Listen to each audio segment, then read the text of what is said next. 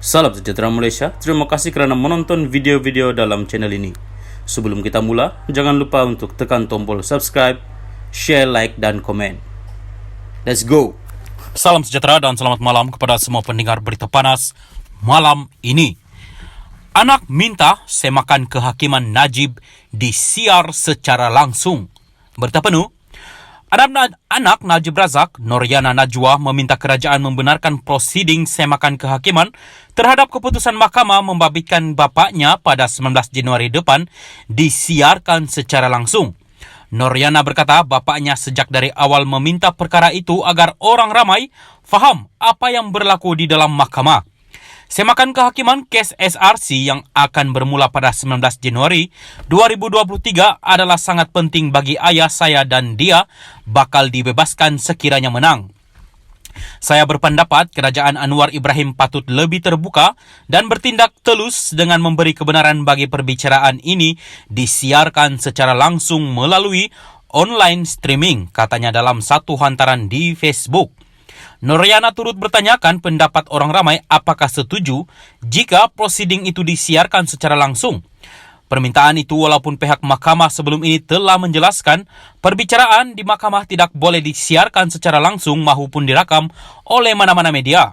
Astro Awani pada 1 April 2019 melaporkan kenyataan pejabat ketua pendaftar mahkamah persekutuan berhubung perkara itu susulan pelancaran petisyen dalam talian bagi meminta perbicaraan kes SRC Najib disiarkan secara langsung di televisyen.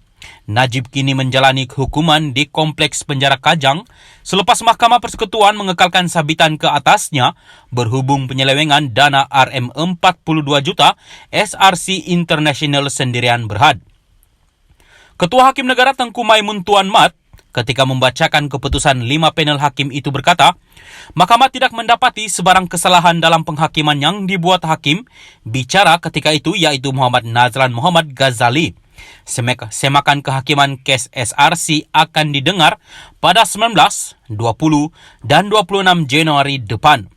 Selain itu, Najib juga masih berdepan 4 perbicaraan jenayah iaitu kes rasuah RM2.28 bilion 1MDB, kes pecah amanah jenayah International Petroleum Investment Company IPIC melibatkan RM6.6 bilion, kes pindah laporan audit 1MDB dan kes pengubahan wang haram berjumlah RM207 juta dari SRC. Halo, salam sejahtera dan selamat malam. Berita seterusnya. Rosmah cuma jumpa Zahid, bukan masuk mesyuarat UMNO. Berita penuh. Kehadiran Rosmah Mansur ke bangunan UMNO ketika Majlis Kerja Tertinggi MKT parti itu semalam menimbulkan banyak persoalan dan spekulasi. Bagaimanapun menurut bekas pegawai Perdana Menteri Anwar Ibrahim yang kini rapat dengan Rosmah, isteri bekas Perdana Menteri Najib Razak itu hanya bertemu Presiden UMNO Zahid Hamidi.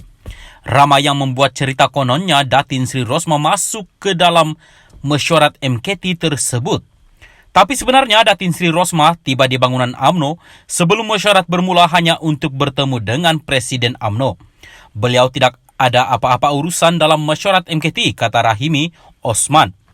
Tulisan Rahimi di Facebook itu turut dikongsi semula di Facebook Rosmah Mansur hari ini dengan komen ringkas, inilah cerita sebenarnya. Sementara itu, Rahimi berkata, Rosmah hanya bertemu dengan Zahid kira-kira 10 minit saja dan keluar melalui parkir bawah tanah, menyebabkan dia tidak kelihatan keluar oleh orang awam dan wartawan. Ya, dia berada di PWTC hanya untuk beberapa menit, bukan berjam-jam seperti yang disangka orang. Sedangkan apabila berita sudah mula tersebar malam tadi dan macam-macam spekulasi dibuat ketika itu, Datin Sri Rosmah telah berada di rumah, katanya. Dia justru menasihat orang ramai tidak memandai-mandai membuat cerita kerana ia boleh menjadi fitnah. Malaysia kini difahamkan pertemuan itu tidak berkaitan dengan kes Mahkamah Najib dan tetapi hanya urusan pribadi. Rahimi adalah rakan sekolah Muhammad Saiful Bukhari Azlan yang mendakwa diliwat oleh Anwar. Dia ialah orang yang memperkenalkan Saiful kepada Anwar. Rahimi mencetuskan kontroversi selepas mendakwa dipaksa membuat 2 laporan bersumpah pada tahun 2008 yang mengaitkan Najib dan Rosmah ke dalam kes liwat tersebut. Anwar mendapat pengampunan penuh di Raja bagi sabitan dan hukuman terhadapnya walaupun telah menjalani hukuman penjara beberapa tahun.